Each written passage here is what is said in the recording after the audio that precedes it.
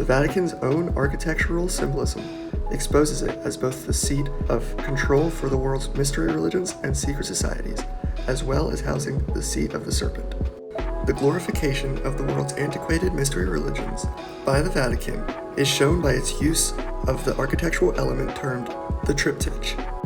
This architectural parallel is shared by many cultures worldwide, and is symbolized by the facade of each temple having the same unmistakable three-door pattern. The universality of this architectural phenomenon has yet to be noted by archaeologists. These facades, far from being an isolated phenomenon, occur in just about every ancient culture worldwide. This abundant occurrence is not a random coincidence.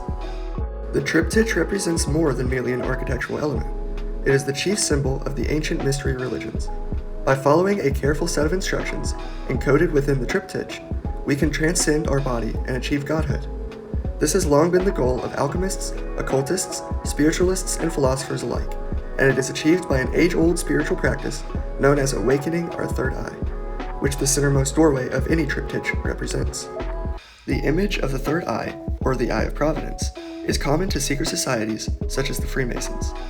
This eye, representing Lucifer, is one of the most sacred emblems of Freemasonry. Usually depicted alongside the pillars Jachin and Boaz, this eye represents the alchemical combination of opposites, with each pillar having its own designation, one being male and one being female. The male energies are usually symbolized by the color red and an upward-facing triangle that symbolizes the male phallus, while the female energies are usually symbolized by a blue color and a downward-facing triangle symbolizing the female anatomy. Also notice how the leftmost pillar, Jachin, is capped with the sun, symbolizing the male energies, and the rightmost pillar, Boaz, is capped with the moon, further depicting the female energies. The combination of these opposites, just as in alchemy, usually culminated in something to be sacred, just like the Knights Templar's Divine Feminine and the Freemasons' Eye of Providence.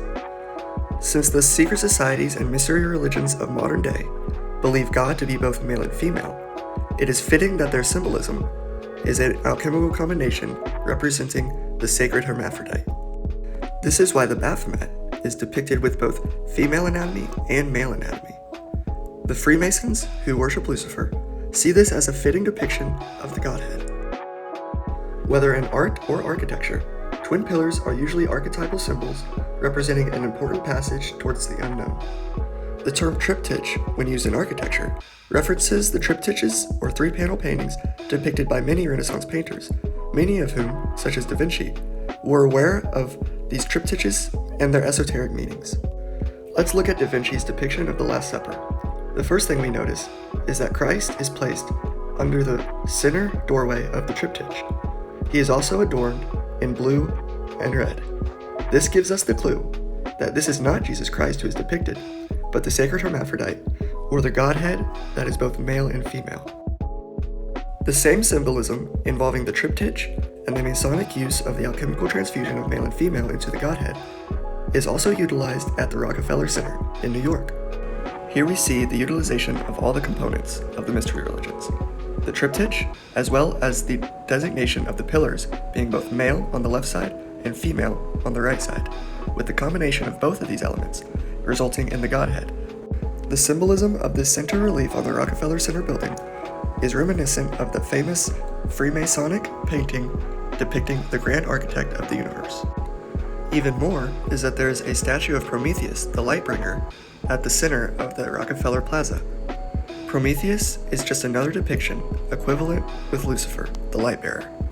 With all this symbolism in mind, going back to the Vatican, we can see the utilization of the triptych on the front-facing facade, and ironically, the Pope's balcony, where he comes and talks to the masses, is in the same designation as that of the Eye of Providence on the Masonic tracing board. Since Lucifer's goal was to exalt himself above God, this is what the center triptych or Eye of Providence represents, ascension to Godhead. And this is exactly what the Pope has done by his claim to be the vicar of Jesus Christ on earth.